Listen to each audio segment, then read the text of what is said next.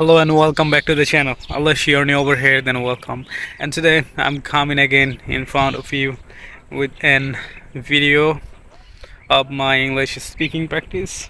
Yep, usually I do my English speaking practice while I'm in work because I don't have actually the free time to talk in English. So I prefer speak in English while I'm staying in my work. So today I'm coming out here on about a mustard farm, mustard land where we cultivated mustard maybe 3 months ago, and I'm about to harvest the mustard from our land.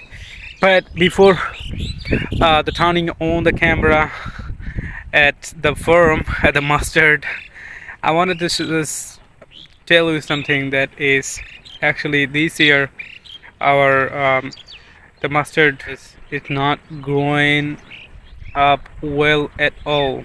Okay, I think now I'm gonna show you this mustard land. That's how it's growing. Just look at that. You cannot notice anything like mustard trees. Look at that. I just collected just 3 handful mustard. This part from this part. It's not actually. It's not growing up very well at all. Just look at that. How thin. I don't know if you can see. That's the number of trees. I mean the number of the mustard trees are very few. Very less in this land, in our mustard land this year. So that's why I said that it's literally a disaster. It's a lost project for us, but alhamdulillah we still have some mustard trees and mustard left in our land. So that's why I'm coming over here to collect them.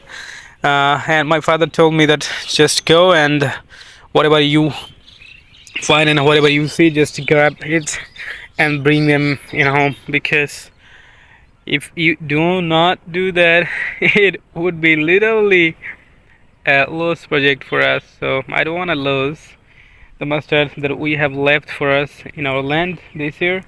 Yeah, inshallah we hope that in the next year Allah will provide us a better yield that we usually used to get